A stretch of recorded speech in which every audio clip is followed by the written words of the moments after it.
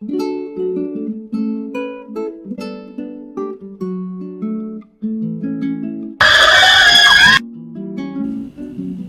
everybody. Going to teach you a little color for your rhythm playing in country or bluegrass. The typical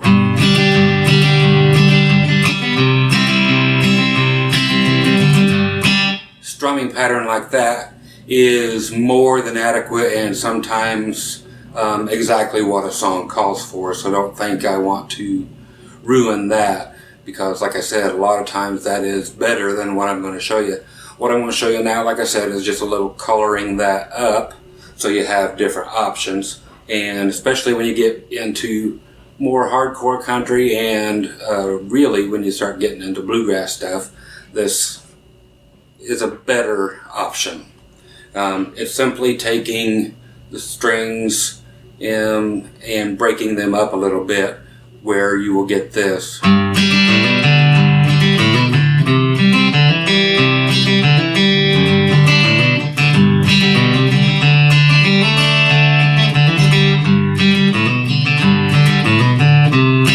Okay, so that type of a thing. And I'll show you a couple variations on that.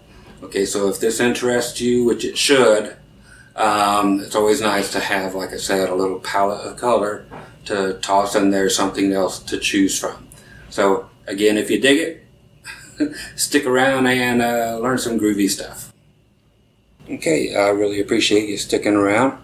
I'm going to do this in the key of G. I might throw a couple other chords in there just so you can see that they do work. The thing I was talking about was this.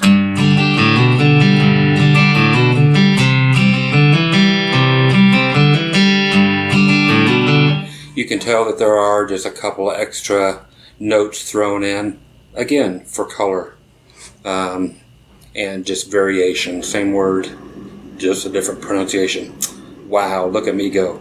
Okay, so in G, what I will be doing is low G note,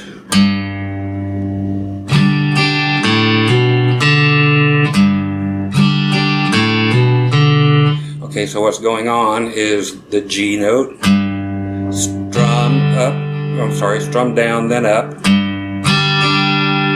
Then we're doing a hammer-on the A string from open to 2, just back to the part of the chord that you already had. And now the D string open,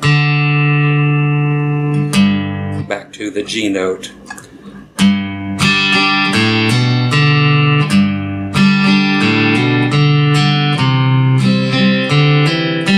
Same thing on the C, so you play the C note, hammer on, open G string, back to G,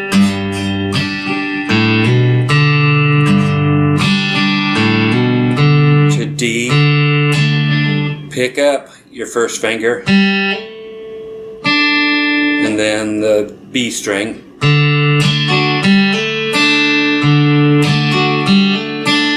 Okay, so what you're doing is actually picking whatever the root note is of each chord, in this case the G, then on the very next string doing the hammer on, and then playing the following string. You can add some strums,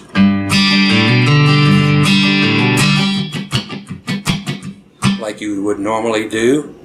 Okay, so it doesn't have to adhere to this. You can actually do the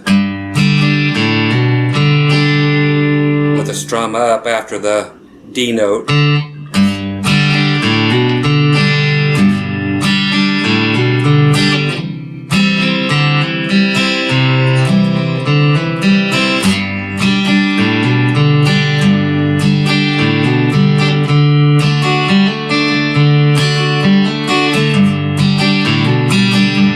Okay, which is a lot of the time a better sounding thing, but then again, it's just what sounds best and what the song calls for.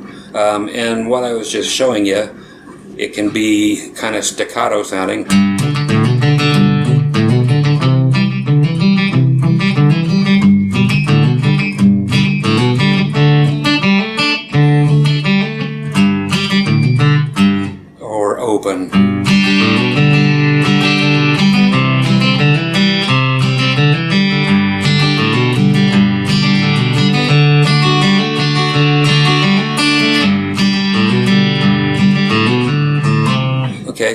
Other chords, if I was to go up to the A, same thing, the A note,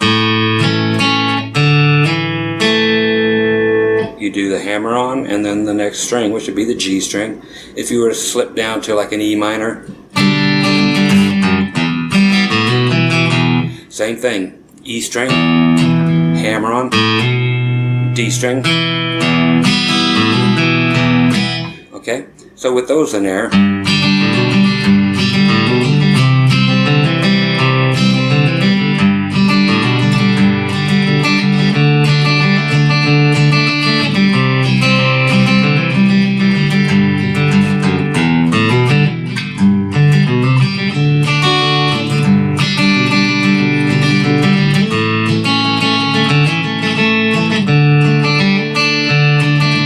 okay, so kind of a funky chord progression I did there, but when they go in there, exact same thing, so nothing different.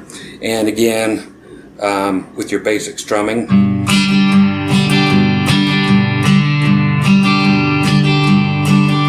where's down, down, up, down, down, up, down, down, up, down, up. Same thing when you get to this. Here's a variation. Just simply do the hammer on and then a whole stroke up.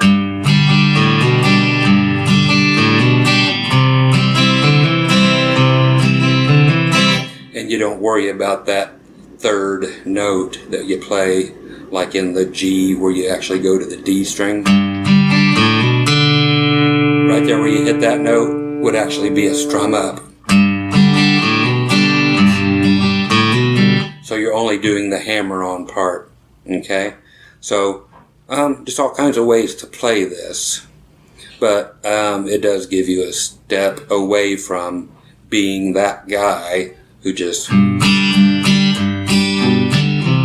and never progresses beyond that.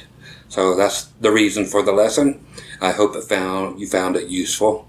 I play this stuff a lot, also with